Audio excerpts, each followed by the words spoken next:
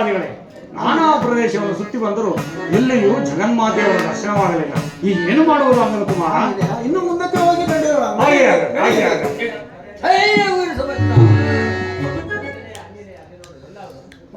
ಆಂಜನೇಯ ಆಂಜನೇಯ ಅಲ್ಲಿ ನೋಡು, ಯಾವುದೋ ಪಕ್ಷಿಯು ಇಲ್ಲೇ ಬಿದ್ದಿರುವುದಲ್ಲ.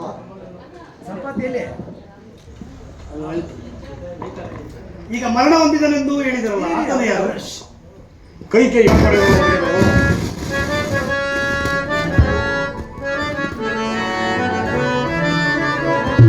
ವನವಾಸವಂ ಕೊಂದೆರ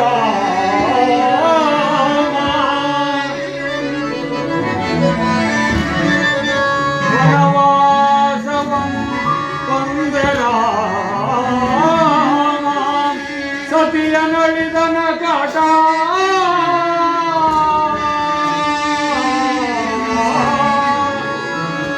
ಶೋಕಾರ್ಥ ಭೂಪಂ ತನುವಂ ತಾಯಿತನೇ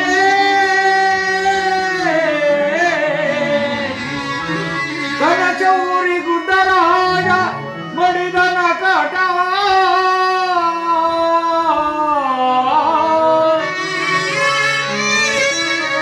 ವತ್ಸ ನಿಂತಿದೆ ಧೈರ್ಯೇಂದ್ರನ ಕೈಯೋಳ್ ಸಿಲುಕಿ ಬಹು ದುಃಖ ಪಡುತ್ತಿರೇ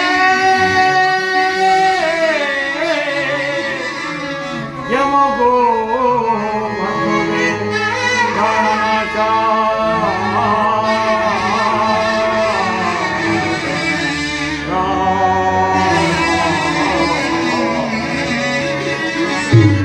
ಕೈಕೆಯೋರ್ವಳಿಂದ ಎಂತಹ ವಿಪತ್ ಪರಂಪರೆಗಳು ಒದಗಿದವು.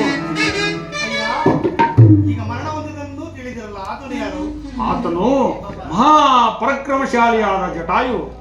ಆ ಜಟಾಯು ಕೊನೆಗೂ ಮರಣ ಹೊಂದಿದೆಯಾ? ಅಯ್ಯ, ಆತನ ಮರಣ ವಾರ್ತೆಯನ್ನು ಕೇಳಿ ನೀನು ದುಃಖಿಸಲು ಕಾರಣವೇನು? ಅಯ್ಯ, ನಾವಿಬ್ಬರು ಅಣ್ಣ ತಮ್ಮಂದಿರು. ಒಂದು ದಿನ ಪಂಥ ಕಟ್ಟಿಕೊಂಡು ಸೂರ್ಯಮಂಡಲದವರೆಗೆ ಹಾರಿದೆವು. ಆಗ ನನ್ನ ಸಹೋದರನ ರೆಕ್ಕೆಗಳು ಸೂರ್ಯರಶ್ಮಿಯಿಂದ ಸುಡುತ್ತಿರುವುದನ್ನು ಕಂಡ ನಾನು ಅವನನ್ನು ರಕ್ಷಿಸಲು ಹೋಗಿ ನನ್ನ ರೆಕ್ಕೆಗಳು ಸುಟ್ಟು ನಾನು ಇಲ್ಲಿ ಬಿದ್ದೆನು. ಆಗ ಇದೇ ಮಾರ್ಗವಾಗಿ ಹೋಗುತ್ತಿದ್ದ ಮತಂಗ ಮಗಸಿಗಳು ಎಂದು ರಾಮದೂತರು ಬಂದು ರಾಮಜ್ಞಾನ ಮಾಡುವರೋ ಅಂದೇ ನಿನಗೆ ರೆಕ್ಕೆಗಳು ಬರುವುದಾಗಿ ತಿಳಿಸಿದ್ದರು. ನೀವು ನಿಜವಾದ ರಾಮದೂತರೇ ಆದಲ್ಲಿ ನನಗಾಗಿ ಒಮ್ಮೆ ರಾಮಜ್ಞಾನವನ್ನು ಮಾಡಿರಿ. ಹಾಗೆ ಎಲ್ಲರೂ ರಾಮಧ್ಯಾನವನ್ನು ರಾಮ ರಾಮ ಸೀತಾ ರಾಮ ರಾಮ ರಾಮ ರಾಮ ರಾಮ ರಾಮ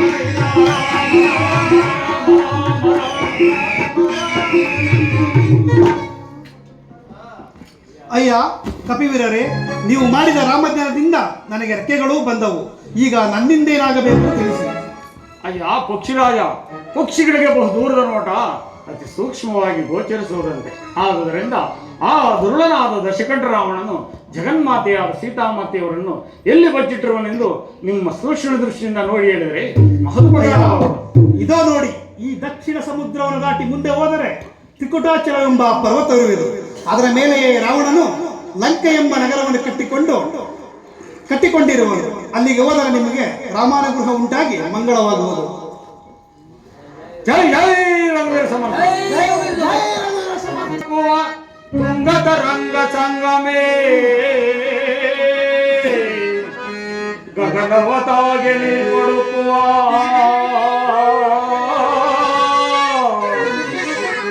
ಗಗನವತಾಗೆ ನೀಡುವ ತುಂಗದ ರಂಗ ಸಂಗಮೇ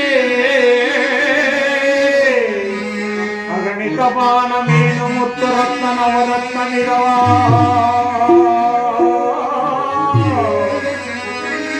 ಅಗಣಿತ ಬಾನ ಮೀನು ಮತ್ತು ರತ್ನ ನವರತ್ನ ವಿಧವ ಹೊಡೆಯುತ್ತದೆ ಚರ್ಯ ಬೀರಿ ಆಶ್ಚರ್ಯ ಬೀರಿ ಮಹಾದ್ಭುತ ವಾರಣ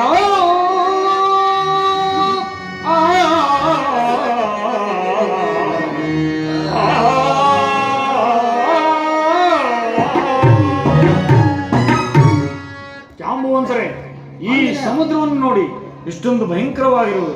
ಇದನ್ನು ಲಂಘಿಸಿ ಸೀತಾಮಾತೆಯವರ ಕುಶಲ ವಾರ್ತೆಯನ್ನು ತರುವ ವೀರರು, ಶೂರರು, ಧೀರರು ಅದಾಯುಗಳನ್ನು ವಿಚಾರಿಸಿ ಹೇಳಂಗದ ಕುಮಾರ. ಹಯ್ಯ ಜಾಂಬುವಂತರೇ, ಅಂಗದ ಕುಮಾರ, ಈ ಸಜೋಜನ ವಿಸ್ತಾರವಾದ ಸಮುದ್ರವನ್ನು ನೀನು ಎಷ್ಟು ಯೋಚನೆ ಹಾರಬಲ್ಲೆ? ಅಂಗದ ಕುಮಾರ, ನನ್ನ ಪರಾಕ್ರಮವನ್ನು ಪರೀಕ್ಷಿಸುತ್ತಿರುವೆಯಾ? ಹೇಳುವುದು ಕೇಳು. ಅವರು ಯುವಕನಾಗಿದ್ದಾಗ ಎಷ್ಟು ದೂರ ಬೇಕಾದರೂ ಹಾರುತ್ತಿದ್ದನು. ಆ ದುರುಳನಾದ ರಾವಣನೇ ಕಣ್ಣಿಡಿದು ಸೀತಾಮಾತೆಯ ಕುಶಲ ವಾರ್ತೆಯನ್ನು ತಂದು ಒಪ್ಪಿಸುತ್ತಿದ್ದನು. ಅಂಗದ ಕುಮಾರ, ನಾನು ಮುತ್ಕ ಕಡೆಯ ವಯಸ್ಸಾಯ್ತು, ಏನ್ ಮಾಡುವುದು? ಅಂಗದ ಕುಮಾರ, ಹೇಳುವರಾಗಿ ನನ್ನನ್ನು ಕೇಳುತ್ತಿರುವೆಯಲ್ಲ, ನೀನೆಷ್ಟು ದೂರ ಹಾರಬಲ್ಲೆ ಅದನ್ನು ತಿಳಿಸುವ ನಾವು. ಜಾಬುತಾತ, ಈ ಸಮುದ್ರವನ್ನು ಹಾರಬಲ್ಲೆ, ಆದರೆ ಹಿಂದಿರುಗಿ ಬರಲು ಸಾಧ್ಯವಿಲ್ಲ. ಅಂಗದ ಕುಮಾರ, ಈ ಕಾರ್ಯವು ನಮ್ಮಿಂದ ಸಾಧ್ಯವಿಲ್ಲ. ಪರಾಕ್ರಮಿಯಾದ ಆಂಜನೇಯನಿಂದಲೇ ಈ ಕಾರ್ಯ ಸಾಧ್ಯವು. ಅದನ್ನು ಪ್ರಾರ್ಥಿಸೋಣ. ಆಂಜನೇಯ, ಆಂಜನೇಯ, ಬೇಗ ಬಾ, ಬೇಗ ಬಾ.